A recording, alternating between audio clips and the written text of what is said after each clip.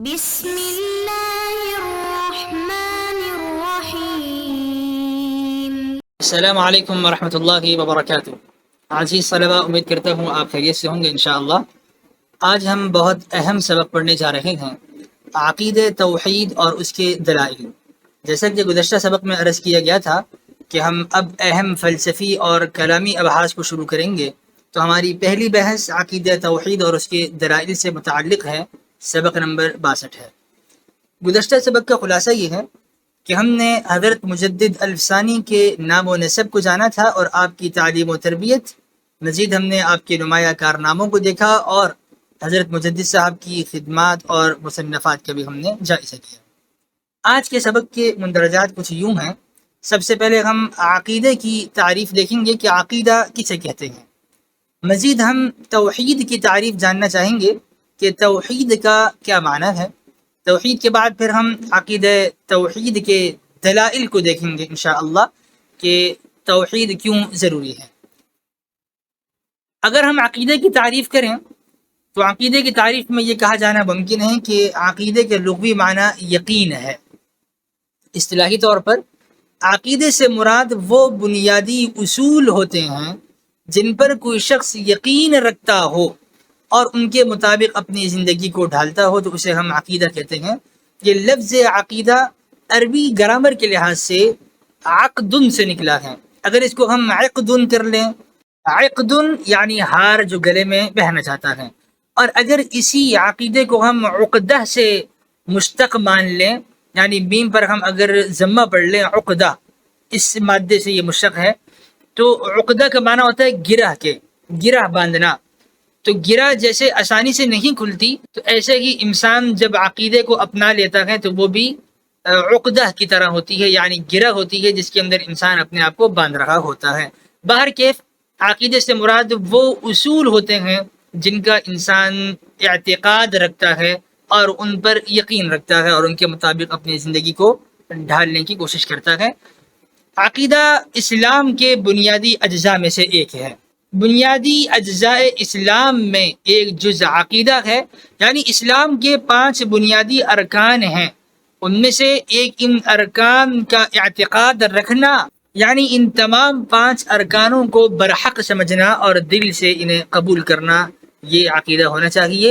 اس عقیدے کے بغیر کوئی بھی شخص مسلمان نہیں ہو سکتا۔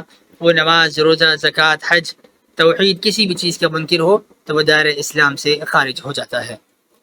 توحید کی تعریف کیا ہے؟ توحید یہ وحدن سے ہے، یعنی اکیلے سے، تو اس کا لغوی معنی بھی یہی ہے کہ اکیلا اور بے مثال ہونا، یعنی اللہ تعالیٰ کو ایک ماننا۔ توحید باب تفعیل کے وزن پر ہے، تو اس کا معنی یہ ہے کہ اللہ تعالیٰ کو ایک تسلیم کرنا اور سر نگو ہو جانا، اللہ تعالیٰ کے ہر حکم کے سامنے سر تسلیم خم کر دینا۔ اصطلاحی طور پر توحید سے مراد یہ ہے اللہ تعالیٰ اپنی ذات، صفات اور افعال میں اکیلے اور بے مثال ہیں، تو اللہ تعالیٰ کو اس کی ذات، صفات اور افعال میں یکتا تسلیم کرنا، یہ ہے عقیدہ توحید۔ یہی درج بالا توحید کی قسمیں بھی بنتی ہیں کہ اگر کہا جائے توحید کی کتنی قسمیں ہیں، تو علماء نے مختلف قسمیں بیان فرمائی ہیں، لیکن اس تعریف کے لحاظ سے ایک توحید الذات، توحید الصفات اور توحید الافعال، تو یہ اقسام بنتی ہیں۔ مزید کچھ علماء نے دیگر توحید کی قسمیں بیان فرمائی ہیں، جنہیں توحید ربوبیہ، توحید الوہیہ اور توحید اسماء و صفات کہا جاتا ہے۔ اسماء و صفات کی بحث انشاءاللہ ہمارے آئندہ کے درس میں آئے گی۔ ربوبیہ سے مراد یہ ہے کہ اللہ تعالیٰ ہی خالق، مالک، رازق اور متصرف الامور ہے، اور دنیا کی ہر چیز اللہ تعالیٰ کی تخلیق کرتا ہے۔ اللہ تعالیٰ رب ہے تو ہر چیز کا مالک بھی اللہ ہے، خالق بھی اللہ ہے اور رازق بھی اللہ ہے، اور اللہ تعالیٰ ہی ہر چیز پر قادر ہیں۔ اسے ہم توحید ربوبیت سے جانتے ہیں۔ اور الوہیت کا معنی یہ ہے اللہ الہ ہے تو عبادت کے لائق صرف اللہ ہے، اللہ تعالیٰ ہی عبادت کے لائق ہیں۔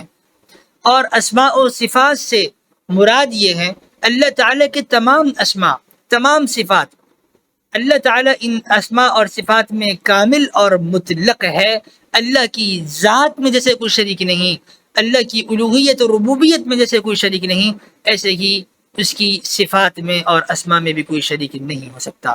اس کا مطلب ہے کہ اللہ تعالیٰ کی ذات اور صفات میں کوئی کمی نہیں، اور اللہ تعالیٰ کے جو اسماء ہیں، اللہ تعالیٰ کی جو صفات ہیں، علم، قدرت، اس طرح کسی کو کوئی قدرت حاصل نہیں ہے۔ توحید اسلام کے بنیادی عقائد میں سے ایک ہے، اور توحید کے بغیر کوئی بھی شخص مسلمان نہیں ہو سکتا۔ اسلام کے 5 بنیادی ارکان میں پہلا رکن ہی توحید ہے کہ شہادت اللہ الہ الا اللہ وان محمد رسول اللہ۔ تو اسلام کی بنیاد جن 5 اراکین پر ہوئی ہے، ان میں پہلا رکن شہادت ہے اور گواہی دینا ہے۔ توحید سے متعلق اسلامی نقطہ نظر کیا ہے اور الہ کسے کہتے ہیں؟ فلسفہ اور علم کلام میں حافظ طاہر اسلام صاحب لکھتے ہیں، اللہ سبحانہ و تعالی جل جلالہ نے ادیان سماویہ میں جو پہلا حکم رکھا، تمام ادیان میں جو پہلا حکم ہمیں ملتا ہے وہ توحید کا ہے، چاہے وہ تورات ہو، انجیل ہو، زبور ہو، جتنی بھی آسمانی کتابیں ہیں، ان سب میں ہمیں توحید کا درس اور عقیدہ مشترک ملتا ہے۔ سب نے یہی دعوت دی کہ اللہ تعالیٰ کی وحدانیت کا عقیدہ رکھا جائے۔ ہر نبی اور ہر رسول نے اپنی قوم کو اللہ تعالیٰ کے وجود اور اس کی وحدانیت کی طرف بلایا اور لوگوں کو شرک سے دور رہنے کی دعوت دی۔ یہودیت میں تحریف ہو گئی تو اللہ تعالیٰ نے حضرت عیسیٰ علیہ السلام کو عیسائیت کی تعلیمات کے ساتھ بھیج دیا، آپ نے بھی توحید کی دعوت دی، اور جب اللہ تعالیٰ نے آپ کو زندہ آسمانوں پر اٹھا لیا تو آپ کے رفع کے بعد عیسائیت راہبوں اور عیسائیوں کے ہاتھ میں کھلونا بن کر رہ گئی، اور اللہ تعالیٰ کی حقیقی تعلیمات کو انہوں نے اپنی خواہشات کے مطابق تبدیل کر دیا۔ یعنی جیسے یہودیت میں تحریف ہوئی تھی، ایسے ہی عیسائیت میں بھی تحریف ہو گئی، اور آخر میں آپ صلی اللہ علیہ وسلم کی بعثت مبارکہ ہوتی ہے، آپ آخری نبی ہیں۔ آپ نے دوبارہ نوع انسانی کو اللہ تعالیٰ کی بندگی کی طرف دعوت دی ہے، اور یہ پیغام قرآن کریم نے پوری کائنات کو رہتی دنیا تک کے لیے دیا کہ عبادت کے لائق صرف اللہ ہے۔ اللہ کا تعارف قرآن کریم کرواتا ہے، قل هو اللہ احد، کہہ دو اللہ ہر لحاظ سے ایک ہے، وہ اپنی ذات و صفات و افعال میں ہر چیز میں یکتا ہے۔ اللہ الصمد، وہ بے نیاز ہے، کسی کا محتاج نہیں، سب اسی کے محتاج ہیں۔ اللہ کون ہے؟ لم یلد ولم یولد، نہ ایسے جیسے یہودیوں نے کہا، نہ ایسے جیسے عیسائیوں نے کہا۔ کسی نے حضرت عزیر علیہ السلام کو اللہ کا بیٹا کہا، کسی نے حضرت عیسیٰ علیہ السلام کو اللہ کا بیٹا کہا، کسی نے فرشتوں کو اللہ کی بیٹیاں قرار دیا۔ قرآن کہتا ہے لم یلد ولم یولد، اللہ تعالی نہ اس کی کوئی اولاد ہے اور نہ وہ کسی کی اولاد ہے، وہ ان چیزوں سے پاک ہے۔ ولم یکن لہ کفوا احد، کوئی اس کے جوڑ کا نہیں، کوئی اس کا ہمسر نہیں، کوئی اس کے برابر کا نہیں ہے۔ تو ذات باری تعالی، اس کا تعارف ہمیں قرآن کریم میں ملتا ہے۔ تو اللہ تعالی نے اپنی ذات کی تعریف اور پہچان اپنی صفات سے کرائی ہے۔ اللہ تعالی کی مبارک ذات کا ادراک کرنا مخلوق کے لیے ممکن نہیں، ہماری عقل محدود ہے، ہم لا محدود کا ادراک کہاں کر سکتے ہیں۔ قرآن کریم میں اللہ تعالیٰ فرماتے ہیں کہ مخلوق اس کا علمی احاطہ کبھی نہیں کر سکتی۔ خالق و مخلوق کے مابین ایسا فرق ہے کہ اس بارے میں کوئی جتنا جاننے کی کوشش کرے گا اتنا ہی اپنی کم مائیگی کا اعتراف کرے گا۔ یعنی جو ہمارے وہم و خیال میں آ جائے گا فاللہ بخلاف ذلک، اللہ تعالیٰ اس کے برخلاف ہوں گے، اس لیے کہ اللہ تعالیٰ کی ذات کا تصور ہم اپنے محدود پیمانے میں اور اپنی محدود عقل سے نہیں کر سکتے۔ اسی لیے نبی علیہ الصلاۃ والسلام نے ذات خدا بندی کی بابت سوچنے سے منع فرمایا ہے، اور اس کی نعمتوں کے بارے میں غور و فکر کی دعوت دی ہے، جس سے انسان کو اپنے رب کے احسانات اور اس کے شکر کے بدلے میں اپنی ذمہ داریوں کا احساس پیدا ہوتا ہے۔ تو اللہ تعالیٰ نے اپنی پہچان اپنی صفات کمالیہ سے کروائی ہے۔ مخلوق ان صفات کمالیہ کے ذریعے سے اللہ تعالیٰ کی معرفت حاصل کر سکتی ہے۔ اللہ کی قدرت میں اور صفات میں غور کرنے کی اجازت ہے، لیکن ذات کا تصور ہم نہیں کر سکتے، ہماری عقل میں نہیں آ سکتا۔ صفات خدا بندی کا درس انشاءاللہ آئندہ سبق میں آئے گا۔ آج ہم اللہ تعالیٰ کی وحدانیت پر انشاءاللہ کچھ دلائل کا مذاکرہ کریں گے۔ تو توحید باری تعالیٰ پر علماء نے مختلف دلائل دیے ہیں۔ ان دلائل کا حاصل یہ ہے کہ اللہ تعالیٰ ہر لحاظ سے ایک ہے، اللہ کا کوئی مثل، کوئی شریک نہیں ہو سکتا۔ اس پر قرآن کریم نے بھی بے شمار دلائل قائم کیے ہیں، اور عقلی طور پر بھی علماء نے مختلف دلائل دیے ہیں۔ تو تو توحید باری کا مطلب ہی یہ ہے اللہ اپنی ذات و صفات میں یکتا اور منفرد ہے، کوئی اس کا شریک نہیں، نہ ذات میں نہ صفات میں، اور اللہ تعالیٰ نے اسی کو مختلف فطری عقلی دلائل سے بیان فرمایا ہے۔ پہلی دلیل ہے اللہ تعالیٰ فرماتے ہیں ام خلقوا من غیر شیء ام هم الخالقون، کیا یہ لوگ بغیر کسی چیز کے پیدا کر دیے گئے ہیں؟ صدفتاً یعنی بلا کسی شیء، کوئی چیز نہیں تھی، بنا کسی شے کے کیا انہیں پیدا کیا گیا ہے، یا ان لوگوں نے خود اپنے آپ کو پیدا کیا ہے؟ اگر ہم اس آیت میں غور کریں تو ہمیں یہ دونوں باتیں عقلاً محال لگتی ہیں کہ کوئی چیز بنا کسی چیز کے پیدا ہو جائے، یعنی ہم کوئی حرکت نہ کریں اور کوئی عوامل نہ ہو اور خود بخود ہی کوئی کام ہو جائے بنا کسی سبب کے، ایسا ہم نہیں دیکھتے۔ ام ہم الخالقون، اور ایک چیز جس کا خود وجود نہیں ہے وہ اپنے آپ کو کیسے بنائے گی؟ جو مخلوق ہی نہیں ہے، موجود ہی نہیں ہے، وہ اپنے لیے خالق کیسے بن جائے گی؟ تو یہ دونوں صورتیں ہمیں بظاہر محال لگتی ہیں۔ تو اب تیسری صورت ہے اور وہی فی الواقع اور حقیقی صورت ہے، اور وہ یہ کہ اللہ تعالیٰ نے تمام تر مخلوقات کو پیدا فرمایا ہے۔ لہذا اس آیت سے جو دو احتمال نکلتے ہیں، پہلا احتمال تو یہ ہے کہ کارخانہ قدرت میں کوئی کام خود بخود نہیں ہوتا، جب تک لائٹ نہ ہو، پنکھا نہیں چلتا، چارجنگ نہ ہو، لیپ ٹاپ نہیں چلتا، تو کوئی کام خود بخود نہیں ہوتا۔ ایسا نہیں ہے کہ خود بخود ہی اینٹیں آئیں اور پورا گھر تعمیر ہو جائے اور پلستر بھی ہو جائے، رنگ بھی ہو جائے، ایسا نہیں ہوتا۔ تو ہر کام کے پیچھے کوئی کام کرنے والا ہوتا ہے، ہر اثر کے پیچھے کوئی مؤثر ہوتا ہے، ہر معلول کے پیچھے کوئی علت ہوا کرتی ہے۔ تو پوری کائنات خود بخود اتنی حسین اور عجیب انتظام کے ساتھ کیسے بن سکتی ہے؟ یہ چاند، یہ سورج جو لاکھوں کروڑوں سالوں سے، کبھی ایسا نہیں ہوا کہ سورج کبھی رات 3 بجے طلوع ہو گیا ہو اور کہے بھی غلطی سے میں آج جلدی طلوع ہو گیا، کبھی ایسا نہیں ہوا کہ سورج دن میں 12 بجے کی غروب ہو جائے۔ تو یہ اللہ تعالیٰ نے ایک نظام بنایا اور مربوط نظام ہے، اور سالوں سے یہ دنیا چل رہی ہے۔ دوسرا احتمال یہ تھا کہ مخلوق اپنے آپ کو خود پیدا کر لے، یہ بھی ممکن نہیں ہے کہ مخلوق نے اپنے آپ کو خود پیدا کیا ہو۔ جو چیز موجود ہی نہیں ہے، جو مخلوق ہی نہیں ہے، وہ خالق کیسے بن سکتی ہیں؟ لہذا تیسرا ہی احتمال یقینی طور پر ہے کہ ہمارا اور تمام تر مخلوقات کا بنانے والا اللہ تعالیٰ ہے، جس کا کوئی شریک نہیں اور کوئی ساجی نہیں ہے۔ دوسری دلیل اللہ تعالیٰ نے ارشاد فرمائی ہے اعوذ باللہ من الشیطان الرجیم ما اتخذ اللہ من ولد وما كان معه من الہ، اللہ تعالیٰ نے نہ کوئی بیٹا بنایا، کہ لوگوں نے حضرت عزیر کو، حضرت عیسیٰ علیہ السلام کو اللہ کا بیٹا بنایا، اللہ نے کوئی بیٹا نہیں بنایا۔ وما كان معه من الہ، اللہ کے ساتھ کوئی اور دوسرا الہ نہیں ہے، اللہ کا کوئی شریک نہیں ہے۔ اذن لذهب كل الہ، اگر ایسا ہوتا، اذن لذهب كل الہ، اگر ایسا ہوتا کہ اللہ کے ساتھ کوئی اور الہ ہوتا، کوئی اور خدا ہوتا، تو ہر خدا بما خلق، تو ایسا ہوتا کہ ہر الہ اپنی اپنی مخلوقات کو لے جاتا جو اس نے بنائی ہوتی، یعنی ایک بر اعظم ایک الہ نے بنایا ہوتا تو وہ اس بر اعظم کو لے کر الگ ہو جاتا، یعنی ایسا ہے نہیں، لیکن ہمیں سمجھایا جا رہا ہے عقلی طور پر کہ اگر ایسا ہوتا تو ہر الہ اپنے اپنے بر اعظموں کو اور اپنی اپنی مخلوقات کو لے کر الگ ہو جاتا۔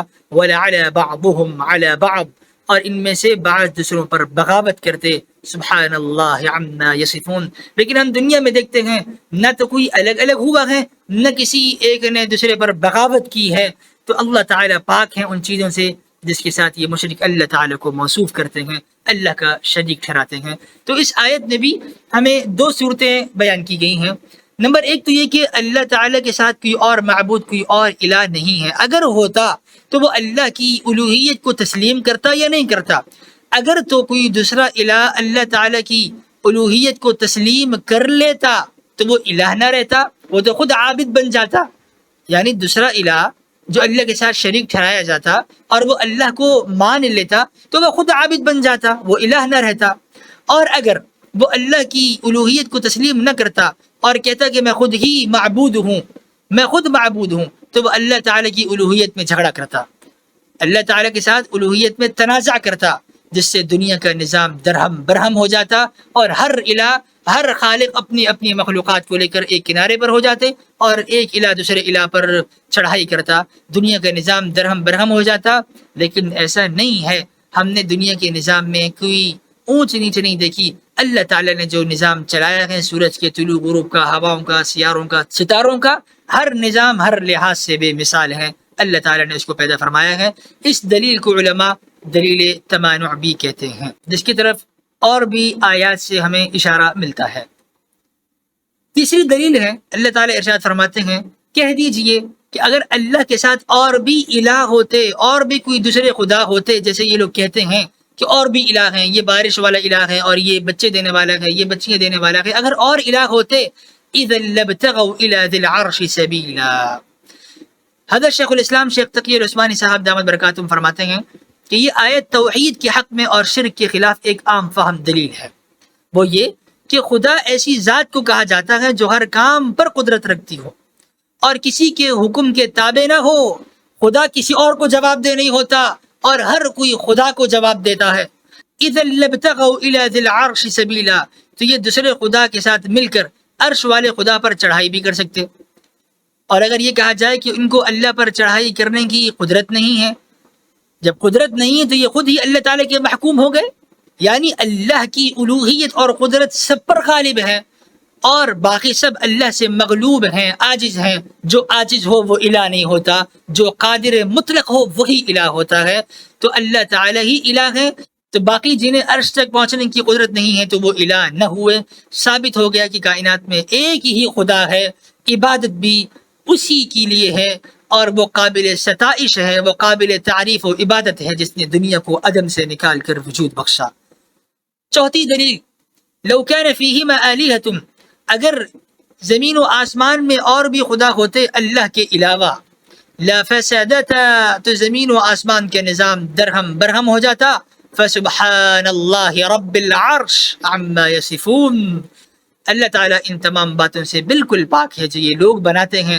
اس آیت میں بھی یہ بتایا جا رہا ہے اللہ تعالیٰ اکیلا ہے، اگر اللہ کے ساتھ کوئی اور خدا ہوتا تو زمین و آسمان کا نظام درہم برہم ہو جاتا، یعنی افلاک کا نظام، بر و بحر کا نظام، سب کچھ درہم برہم ہو جاتا، لیکن ہمیں ایسا نہیں ملتا، اور ان سب میں ہمیں ایک ربط اور ہم آہنگی ملتی ہے، لہذا پتہ چلتا ہے کہ اللہ ہی ہے جو اس نظام کو چلا رہا ہے۔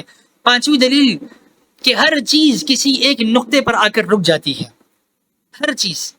اگر ہم عدد کو کہیں کہ بھئی عدد کو چلاتے جائیں تو گنتی چلتے چلتے کہیں رکتی نہیں ہے، ٹھیک ہے، ہمارے پاس تعبیر نہیں ہوگی، آگے ایک عدد آئے گا کہ اس سے آگے بھی گنتی کو چلایا جانا ممکن ہوگا، لیکن اگر اسی گنتی کو ہم الٹا لے آئیں، ابتدا میں لے آئیں، تو یہ سلسلہ بھی صفر پر آ کر ٹھہر جاتا ہے کہ ایک سے پہلے تو کچھ نہیں ہے، اس سے آگے صفر ہے، تو یہاں پر یہ سلسلہ بھی ٹھہر گیا۔ باقی جتنے بھی سلسلے ہیں، روشنیوں کو لیں تو سورج پر اس کے اختتام ہو گیا، موجوں کو لیں تو پانی پر اس کے اختتام ہو گیا، اگر ہم حکام کو لیں تو کسی ایک بادشاہ پر جا کر ان کا بھی سلسلہ رک جاتا ہے، ٹھہر جاتا ہے۔ ہر چیز کسی نہ کسی چیز پر آ کر رک جاتی ہے۔ عقلی طور پر علم کلام میں ہمیں یہ سمجھایا جا رہا ہے کہ ہر چیز کسی جگہ آ کر ٹھہر جاتی ہے، کسی ایک موجود اصلی پر تمام موجودات عالم کا ٹھہرنا یہ بھی ضروری ہے۔ ایسا نہیں ہے کہ یہ سارے موجودات عالم، دنیا کی ہر موجود چیز یہ کسی چیز پر ٹھہر نہیں رہی اور یہ بس بنی ہے اور کب سے بنی ہے اور چل رہی ہے، کسی جگہ پہ ہمیں رکنا پڑے گا، اور جہاں پر ہم رکیں گے اسی کو خدا کہتے ہیں، اور وہی اللہ تعالیٰ ہے جس نے ان تمام موجودات کو عدم سے نکال کر وجود بخشا ہے۔ چھٹی دلیل میں فرماتے ہیں کہ کائنات میں ایک نظم اور نسق ہے، یہ ساری ترتیب حسن اس بات پر دلیل ہے کہ اللہ تعالیٰ ہی اس کو چلا رہے ہیں۔ جیسے ایک بدو نے کہا تھا کہ پاؤں کے نشان گزرنے والے پر دلیل ہوتے ہیں، ایک منگنی پڑی ہو تو وہ دلیل ہوتی ہے کہ یہاں سے اونٹ گزر کر گیا ہے، تو یہ آسمان اور یہ زمین یہ دلیل ہے کہ اللہ تعالیٰ نے ہی اس کو تخلیق فرمایا ہے، تمام مخلوقات اس اللہ کی محتاج ہے۔ ساتویں دلیل ہے کہ اللہ تعالیٰ شریک سے پاک ہے، اس کا کوئی شریک نہیں، کیوں؟ اس لیے کہ شرکت یہ عیب ہے اور اللہ تعالیٰ ہر عیب سے پاک ہے۔ جب ایک انسان اور مخلوق اپنے مال، جائیداد، بیوی، بچوں میں اپنے ساتھ کسی کو شریک ٹھہرانا برداشت نہیں کرتا تو اللہ تعالیٰ اپنی صفات میں بے مثل اور بے مثال ہے۔ اللہ تعالیٰ کے ساتھ شریک ٹھہرانا یہ سراسر ظلم اور زیادتی ہے۔ آٹھویں دلیل یہ دیتے ہیں کہ اگر ایک سے زیادہ خدا فرض کر لیے جائیں تو کیا خدا تعالیٰ اپنے راز دوسرے خدا سے چھپا کر رکھ سکتا ہے یا نہیں؟ اور اگر ایک خدا دوسرے سے اپنے راز چھپا کر رکھ لے تو جو دوسرا خدا ہے جسے پہلے خدا کے راز کا علم نہیں ہے تو وہ لا علم ہو گیا. جو لا علم ہو، جو جاہل ہو، جو بے خبر ہو، وہ خدا نہیں ہوتا. خدا کا علم تو کامل ہوتا ہے. اور اگر پہلا اگر وہ اپنے راز کو چھپا کر نہیں رکھ سکتا تو وہ عاجز ہو گیا. تو جو عاجز ہو وہ بھی خدا نہیں ہو سکتا. تو پتہ چلا اللہ ایک ہے، اللہ اکیلا ہے، وحدہ لا شریک لہ ہے، اس کا کوئی شریک نہیں. اللہ تعالیٰ کی وحدانیت پر قرآن و سنت میں اور عقل سے علماء نے مختلف دلائل دیے ہیں، دلائل کا انبار لگایا ہے. یہاں پر تمام دلائل کا احاطہ کرنا ممکن نہیں ہے. اللہ تعالیٰ ہمیں فتنہ الحاد سے بچائے. خلاصہ درس عقیدہ عقدہ یا عقدہ سے ہے، جس کا معنی ہار اور گرہ کے بھی آتے ہیں. توحید کا معنی اللہ تعالیٰ کو اس کی ذات و صفات اور افعال میں یکتا ماننا ہے. عقیدہ توحید بنیاد ہے، اس کے بغیر سب کچھ نامکمل ہے. اللہ تعالیٰ کے لیے شرکت عیب ہے اور آپ ہر عیب سے پاک ہیں. توحید کے اس بات میں علماء نے بے شمار دلائل دیے ہیں جنہیں طویل کتابوں میں اور مفصل مطولات میں پڑھا جا سکتا ہے. آئندہ درس کے مندرجات، آئندہ درس میں ہم اسماء و صفات باری تعالیٰ کی بحث پڑھیں گے. والسلام علیکم ورحمۃ اللہ وبرکاتہ.